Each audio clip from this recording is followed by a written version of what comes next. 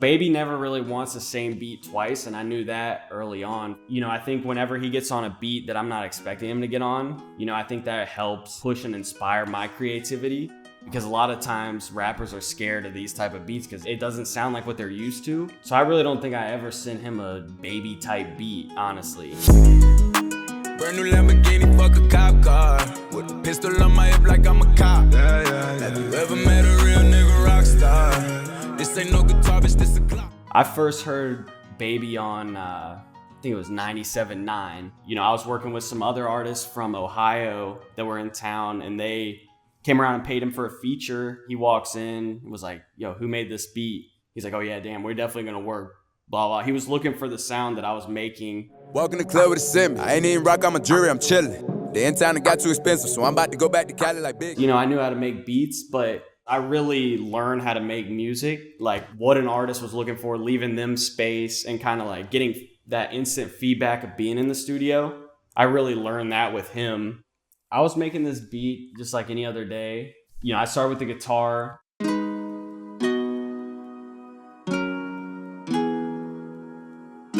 It was just a guitar, like a nylon guitar from Omnisphere. I didn't want it to be kind of like slow and sad really, so you know, I was just thinking of ways I could turn it up a little bit. Same guitar sound, but you know, each note's getting played individually. So I've heard like people call it like broken, you know, they said I broke the chords on it, which I thought that was kind of cool. You know, I think it like hits you with something you weren't expecting after the intro. You know, this part of the melody is really what like turns it up. After I get the melody down, I normally go to the closed hats and the clap. I start with like a simple two-step pattern. You know, all these rolls and everything I added later. Basic clap. So I got like a tempo and a feeling. Then I'll put the 808s on. These in particular, I just followed the root note of the chords that I was playing in the intro. Then I added some snares, just kind of filling the gaps, like at the second part of the hook.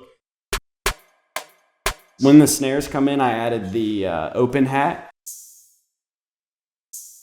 I layered the kick on the 808, but not on every single one. It's not super noticeable, but you know, I think it kind of makes it knock a little harder and just gives you a little different feeling.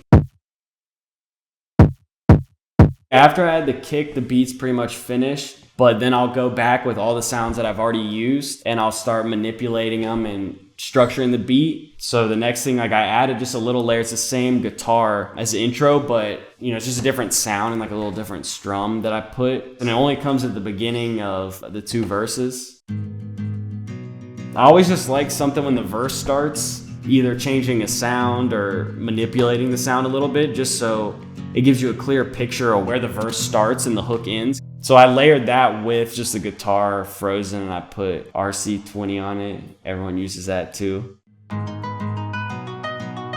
You know, I'm not like super into rock, nothing like that. So there wasn't any specific influence. I probably just heard a guitar strum somewhere down the line.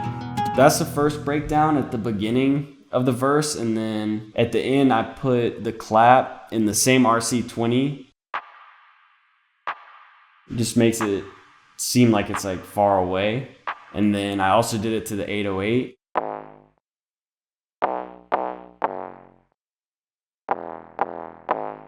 I put the reverse and the crash in just about all my beats. It's like a little stamp of where either the hook starts or like where the beat turns up again after the breakdowns. Last thing I add on every beat's my tag, and it all sounds like this.